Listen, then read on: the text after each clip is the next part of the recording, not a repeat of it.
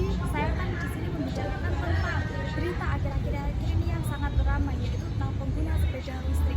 Fenomena ini sangat ramai dibicarakan kepada warga maupun mahasiswa di sekitar.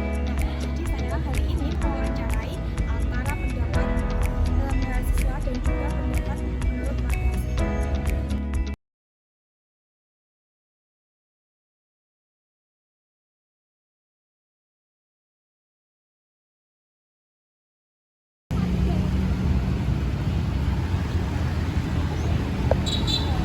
Halo pemirsa, jadi saya di sini berada di kampus UIN Said Ali Rahmatullah bersama saya Risa Kukusuma dari Prodi PI. Oke, baik. Jadi saya di sini akan bertanya, Kak Risa kesininya naik sepeda motor atau menggunakan sepeda listrik ya? Sepeda motor. Alasannya kenapa? Karena sepeda listrik itu kurang worth it ya buat aku PP, karena kan PP. Jadi kalau ke rumah sakit kampus itu kurang efektif, takut baterainya habis. Oke, jadi kan akhir-akhir ini banyak sekali perubahan banyak FOMO yang menggunakan sepeda listrik. Apakah itu termasuk realistis untuk mahasiswa yang menggunakan sepeda listrik tersebut? Sudah realistis sih, karena aku juga beberapa lihat di jalan gitu deket-deket sini banyak mahasiswa yang pakai sepeda listrik buat hemat uang juga. Jadi sangat realistis ya buat anak kos apalagi ya. Lebih ramah motor listrik sih daripada sepeda motor. Jadi untuk dampaknya negatif atau lebih ke positif ya? Sepeda listrik ya? Iya, sepeda listrik sih ada plus minusnya ya. Kalau positifnya itu tadi mengurangi polusi udara. Kalau untuk negatifnya, motor listrik itu kan nggak ada suaranya. Jadi kalau untuk malam-malam terutama kan motor lampunya itu kurang penerangan. Iya, penerangannya kurang terang gitu. Jadi dapat membahayakan sepeda lain. Ya. Itu tadi pendapat menurut Kak Risa. Terima kasih atas waktunya dan sudah terutama saya mendapat manfaat baru ya dari hari ini, wawancara hari ini. Semoga apa yang telah diberikan Kak Risa itu bermanfaat bagi sekitarnya. Terima kasih ya. Oke, jadi akhir-akhir ini perkembangan sepeda listrik itu sangatlah pesat ya, sangatlah cepat gitu. Apalagi di lingkungan masyarakat. Nah, kita langsung saja berbincang-bincang kepada tokoh masyarakatnya. Jadi langsung saja kita bertanya kepada kakaknya di sini. Jadi bagaimana perkembangan motor listrik di lingkungan sekitar?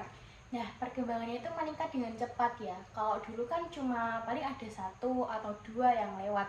Nah, kalau sekarang itu setiap pagi mesti ada geng motor sunyi yang berjalan baris rapi dengan motor tanpa knalpotnya. Nah, kalau sekarang itu juga banyak anak kecil dan juga para pekerja itu yang beralih menggunakan motor listrik karena penggunanya itu kan yang lebih hemat juga kan. Ya, oh jadi begitu ya. Menurut kakaknya itu seperti itu. Jadi motor listrik itu ada manfaatnya juga karena tidak menggunakan bahan bakar minyak ya. Iya.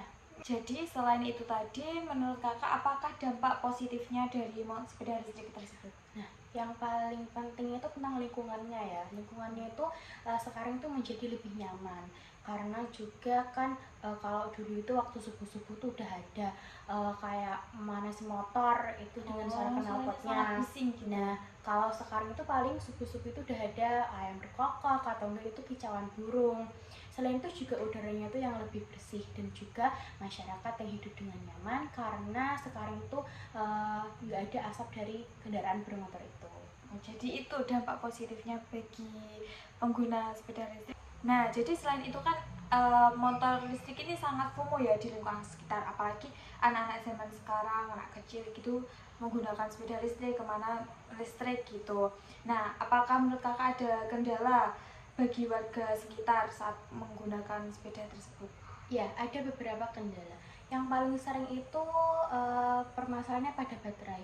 Kalau baterainya itu mulai rusak, itu para warga itu masih kebingungan cari tempat servis yang benar-benar paham tentang motor listrik. Oh, iya. Nah, selain itu juga rute jaraknya itu kan lebih nggak sebanding dengan motor yang berbahan bakar bensin kan. Jadi kayak kita itu harus pintar-pintar cari rute biar nggak kehabisan baterai di tengah jalan. Malu juga kan kalau nanti sampai dorong motor di tengah jalan yang mana itu ya karena itu kan motor itu diberikan sebagai teknologi yang modern. Jadi ini pertanyaan yang terakhir.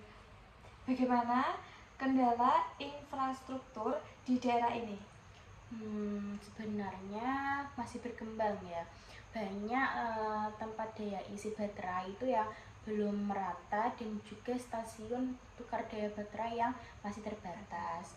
Nah, tapi juga banyak masyarakat itu yang harus muter-muter dulu buat cari colokan buat ngecasnya itu. Tapi pemerintah juga mulai membenahi dan semoga kedepannya itu semakin lengkap dan berguna bagi pengguna motor listrik tersebut. Amin.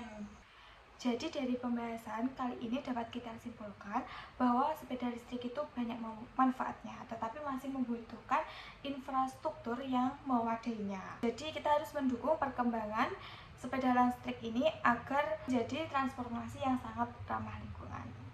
Jadi terima kasih ya untuk Kakak Amela telah meluangkan waktunya. Tentunya kita dari pembahasan kali ini mendapatkan banyak sekali manfaatnya.